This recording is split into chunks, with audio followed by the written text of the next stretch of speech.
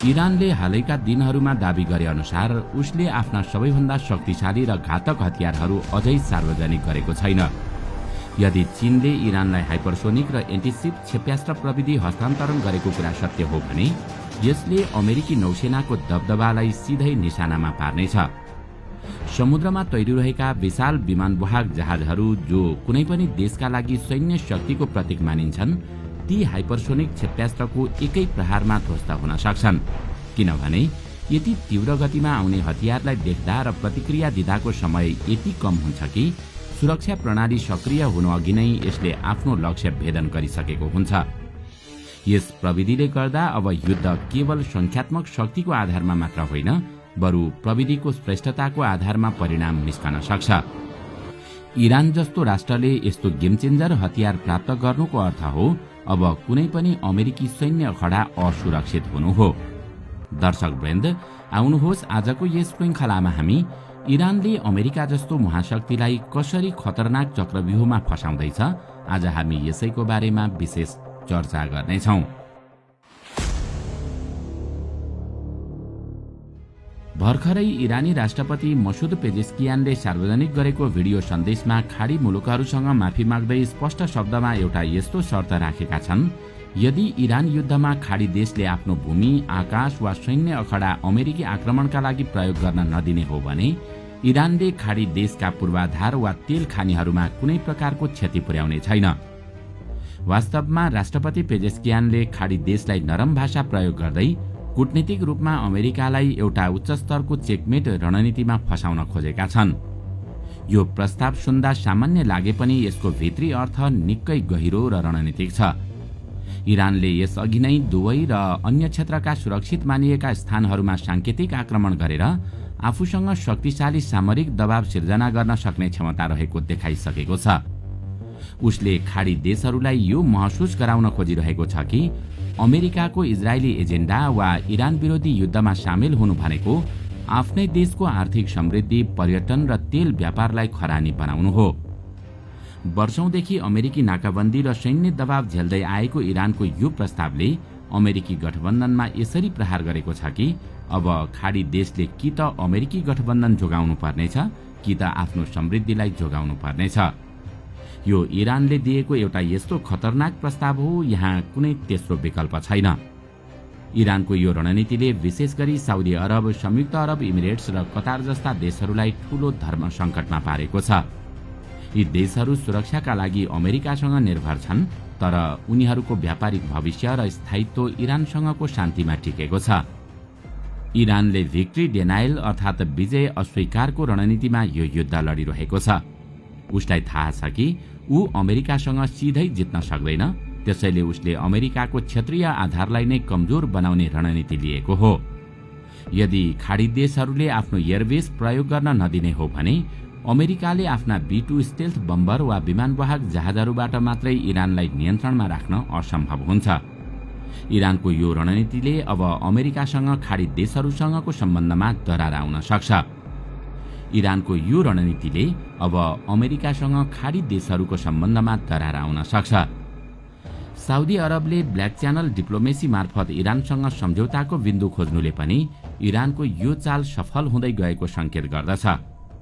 इरानले देखाउन खोजेको छ कि अमेरिका एक अस्थिर शक्ति हो जसले आफ्नो स्वार्थ पूरा भएपछि अफगानिस्तान वा सिरियामा जस्तै सहयोगीलाई अलपत्र छाडिदिन्छ। इरानको यो प्रस्तावले खाडी देशहरूको मनमा यो डर पैदा गरिदिएको छ कि अमेरिकाको युद्ध लड्दा उनीहरूको वर्षौंदेखिको विकास र ग्लोबल हब बन्ने सपना चकनाचुर हुन सक्छ। तसर्थ इरानले चालेको यो कूटनीतिक चालले अमेरिकालाई सैन्य रूपमा मात्र होइन, कूटनीतिक रूपमा समेत एक्लो बनाउने प्रयास गरेको छ। यो केवल युद्धको प्रस्ताव मात्र होइन, बरु मध्यपूर्वमा अमेरिकी प्रस्तावलाई सदाका लागि अन्त्य गर्ने र क्षेत्रीय शक्ति सन्तुलनलाई इरानको पक्षमा ढल्काउने मास्टर प्लान हो। अमेरिकाको आँखा फुटाउँदै इरान। आधुनिक युद्ध कलामा राडार र गुप्तचर संयन्त्रलाई कुनै पनि सैन्य शक्तिको आँखा र कान मानिन्छ। इरानले जारी युद्धको पछिल्लो चरणमा अमेरिकाको यही संवेदनशील अङ्गमाथि नै घातक र सटिक प्रहार गरेको छ। विश्लेषकहरूका अनुसार इरानले अमेरिकाको उन्नत राडार प्रणाली र गुप्तचर संयन्त्रलाई ध्वस्त पार्दै अमेरिकाको आँखा फुटाइदिने रणनीति अख्तियार गरेको छ। विश्वभरि अमेरिकाले आफ्नो सुरक्षा कवचका रूपमा स्थापना गरेका 8वटा अत्याधुनिक थाड राडार प्रणालीहरूमध्ये 4वटा मध्यपूर्वमै ध्वस्त हुनुले अमेरिकी सैन्य इतिहासमा ठूलो धक्का पुगेको छ। विशेष गरी कतारमा रहेको $1.1 बिलियन को अत्याधुनिक राडार प्रणाली इरानी निशानामा पर्नुले अमेरिकाको अभेद्य सुरक्षा पर्खालमा ठूलो भङ्ग पारेको छ। यी राडारहरू नै ती माध्यमहरू थिए जसले इरानबाट प्रहार हुने ब्यालिस्टिक मिसाइलहरूलाई निकै टाढाबाटै पहिचान गरी नष्ट गर्न मद्दत गर्थे। तर अब यी सुरक्षा संयन्त्रहरू नष्ट भएसँगै इरानबाट आउने मिसाइल र ड्रोनहरूलाई रोक्न अमेरिकालाई निकै चुनौती हुनेछ। अमेरिकी अत्याधुनिक थाड राडार प्रणाली नष्ट गर्न इरानले खैबर शाकिन र फतह जस्ता अत्याधुनिक हाइपरसोनिक मिसाइलहरू प्रहार गरेको थियो, जसले अमेरिकी राडारहरूले प्रतिक्रिया दिने समय नै प्राप्त गर्न सकेनन्। यो केवल भौतिक क्षति मात्र होइन, बरु अमेरिकी प्रविधिमाथि उठेको गम्भीर प्रश्न चिन्ह पनि हो। इरानको यो राडार ब्लाइन्डिङ रणनीतिले अमेरिकालाई एउटा खतरनाक चक्रव्यूहमा फसाएको छ। राडार नष्ट हुनुको अर्थ अब इरानले प्रहार गर्ने आगामी पुस्ताका खैबर शाकिन वा फतेह जस्ता हाइपरसोनिक मिसाइलहरूलाई रोक्न अब अमेरिका निकै कमजोर हुनेछ। अझ जटिल कुरा त के छ भने यी नष्ट भएका राडार प्रणालीहरूलाई तत्कालै मर्मत गर्न वा पुनः निर्माण गर्नु त्यति सजिलो छैन।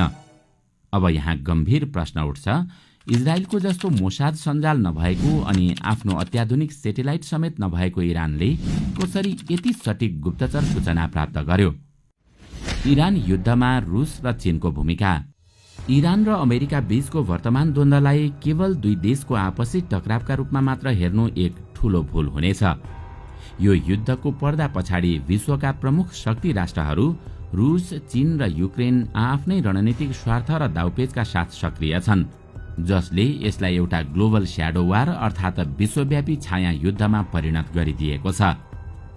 विशेष गरी रुसले यस युद्धमा मास्टर स्ट्रोक खेलिरहेको छ।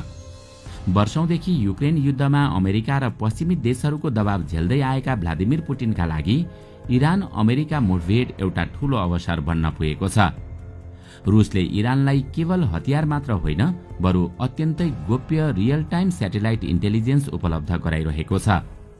अमेरिकाका CIA अधिकारीहरू कहाँ छन् र उसका अत्याधुनिक राडार प्रणालीहरूको सटीक लोकेसन कहाँ छ भन्ने जानकारी इरानले रुसी गुप्तचर संयन्त्रबाटै प्राप्त गरिरहेको छ। रुस चाहन्छ कि अमेरिका मध्यपूर्वको यो दलदलमा यसरी फसोस् कि उसले युक्रेनलाई दिइरहेको सैन्य र आर्थिक सहयोग कटौती गर्न बाध्य होस्। यदि अमेरिका यहाँ अल्झियो भने युक्रेनमा रुसको विजय सुनिश्चित हुने पुटिनको हिसाब छ। यसका साथै हर्मुज जलसन्धिमा हुने अवरोधले विश्व बजारमा तेलको मूल्य बढाउँछ, जसको प्रत्यक्ष फाइदा रुसलाई नै हुन्छ। अर्कोतर्फ चीन आफ्नो मौन तर घातक रणनीतिका साथ यस युद्धमा इरानको बैसाखी बनेर उभिएको छ। चीनको पुरानो रणनीति युद्धमा शक्ति लुकाऊ र समयको प्रतीक्षा गर यहाँ स्पष्ट देखिन्छ। चीनले प्रत्यक्ष रूपमा युद्धको मैदानमा सेना नपठाए पनि इरानको अर्थतन्त्रलाई ढल्नबाट बचाउन ठूलो भूमिका खेलेको छ। इरानको 80% तेल चीनले खरिद गर्छ, जसले गर्दा अमेरिकी नाकाबन्दीका बावजुद इरानले अमेरिकासँग लामो समय युद्ध लडिरहन सक्छ। रणनीतिक रूपमा चीनले इरानलाई आफ्नै बाइडु GPS प्रणाली र रकेट टेक्नोलोजीका पाटपुर्जा उपलब्ध गराएको छ, जसका कारण इरान अमेरिकी GPSमा निर्भर हुनु पर्दैन। अझ महत्त्वपूर्ण कुरा त भर्खरै इरानले ध्वस्त बनाएका $1.1 बिलियन का अमेरिकी राडारहरू पुनः निर्माण गर्न उसलाई ग्यालियम र अन्य रेयर अर्थ धातुहरूको आवश्यकता पर्छ।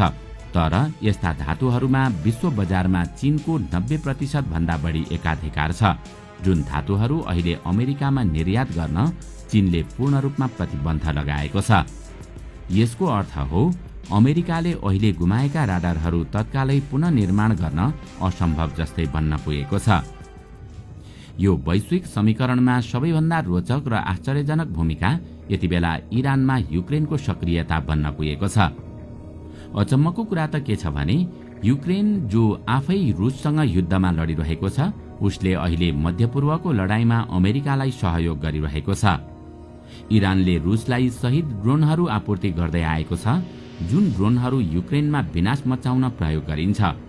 यी ड्रोनहरूलाई कसरी खसाल्ने र यिनको वारफेयरबाट कसरी बच्ने भन्ने कुरामा युक्रेनी सेनाले ठूलो अनुभव हासिल गरेको हुँदा यति बेला अमेरिकाको विशेष आग्रहमा अहिले युक्रेनी सैन्य विज्ञहरू मध्यपूर्व पुगेका छन्। उनीहरूले अमेरिकी र इजरायली सेनालाई सस्तो र प्रभावकारी प्रविधि प्रयोग गरेर इरानी ड्रोनहरूलाई कसरी निष्क्रिय पार्ने भन्ने तालिम दिइरहेका छन्। युक्रेनको स्वार्थ यो छ कि यदि उसले यहाँ अमेरिकालाई सहयोग गर्यो भने भविष्यमा रुस विरुद्धको युद्धमा अमेरिकाले उसलाई साथ दिइरहनेछ।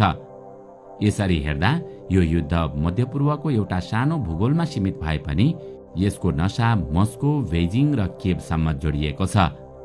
यो एउटा यस्तो जटिल खेल हो जहाँ प्रत्येक देशले अर्कोलाई चेक र मेट गर्ने प्रयास गरिरहेका छन्, जसले गर्दा यो द्वन्द्व चाँडै रोकिने संकेत देखिँदैन।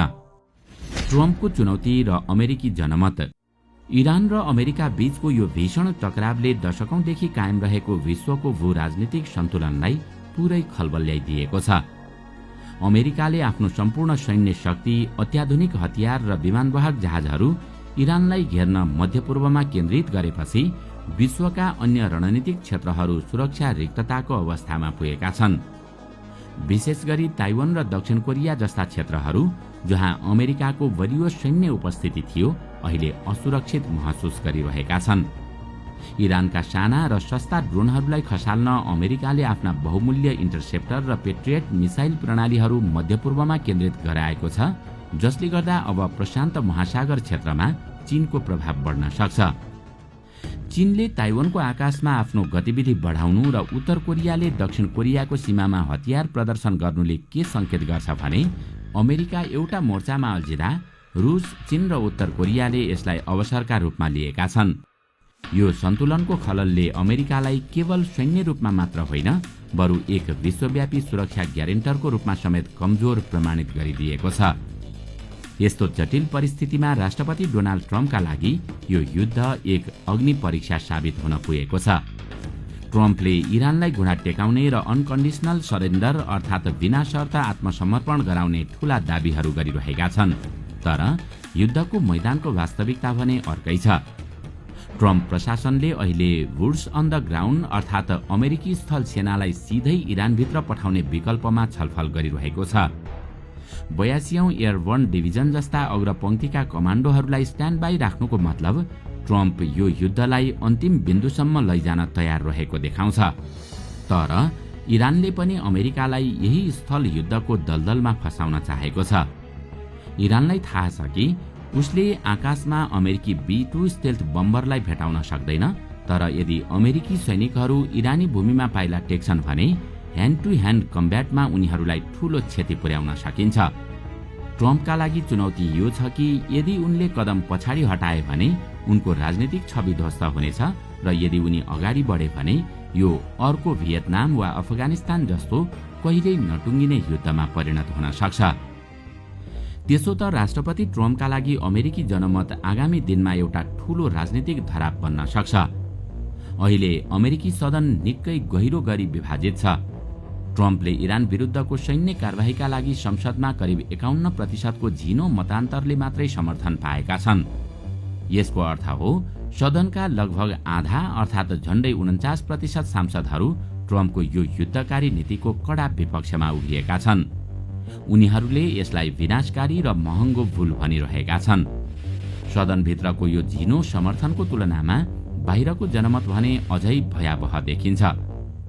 हालैका सर्वेक्षणहरू र CNN को पोल अनुसार केवल 12% अमेरिकीहरू मात्र इरानमा स्थल सेना पठाउने पक्षमा छन्। करिब 60% जनताले कुनै पनि प्रकारको सैन्य घुसपैठको सिधै विरोध गरिसकेका छन्। अमेरिकी नागरिकहरू आफ्ना छोराछोरीलाई अर्को एउटा अर्थहीन विदेशी युद्धमा गुमाउन चाहँदैनन्। यसका साथै ट्रम्पका विरुद्धमा एप्स्टिन फाइलका नयाँ खुलासाहरू र आन्तरिक भ्रष्टाचारका काण्डहरू बाहिर आइरहेका छन्, जसले गर्दा धेरैले यो युद्धलाई ट्रम्पको आफ्नो व्यक्तिगत र राजनीतिक संकटबाट ध्यान भड्काउने रणनीतिका रूपमा हेरेका छन्।